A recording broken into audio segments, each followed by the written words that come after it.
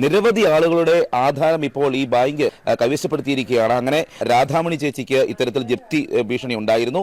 പക്ഷെ ചേച്ചി അത് നിയമം കൊണ്ട് തന്നെ നേരിടുകയായിരുന്നു. എനിക്ക് ഇതുപോലെ മഹേന്ദ്രയിൽ നിന്ന് ലോൺ ഉണ്ടായിരുന്നു. ഒരു ജപ്തി നോട്ടീസ് ഒട്ടിച്ച് ഞാൻ അന്നേരം ഓൺബുഡ്സ്മാന് പരാതി കൊടുത്തു. അത് കഴിഞ്ഞ് അവിടുന്ന് അവരുടെ വക്കീൽ തന്നെ എന്നെ വിളിച്ച് പറഞ്ഞു 1 ലക്ഷത്തിന് സെറ്റിൽ ചെയ്യാന്ന് പറഞ്ഞു. അങ്ങനെ 50,000 ആദ്യം കൊടുത്തു. 15 ദിവസം കഴിഞ്ഞ് ബാക്കി 50 കൂടെ കൊടുത്താൽ മതിയെന്ന് പറഞ്ഞു. 7ാമത്തെ ദിവസം എന്നെ വിളിച്ച് പറഞ്ഞു, ചേച്ചിയുടെ 50 പലിശയെ പോകും, ബാക്കി 50 കൂടെ അടച്ചില്ലെങ്കിൽ അത് പലിശയെ പോകും, നിങ്ങളുടെ ബാക്കി പൈസ അങ്ങ് പോകുമെന്ന് പറഞ്ഞു. ഞാൻ പറഞ്ഞു അവരുടെ മഹേന്ദ്രയിലെ വക്കീലിനെ വിളിച്ച് പറഞ്ഞു എൻ്റെ പൈസ ഇതുപോലെ 50 അടച്ച തെളിവുണ്ട്, രേഖകളുണ്ട്, അതുകൊണ്ട് വീഡിയോ ഉണ്ട്, അതുകൊണ്ട് പെട്ടെന്ന് നിങ്ങൾ എൻ്റെ ബാക്കി പൈസ ഞാൻ തരുമ്പോൾ എനിക്ക് എൻ്റെ ആധാരം തരണമെന്ന് പറഞ്ഞു.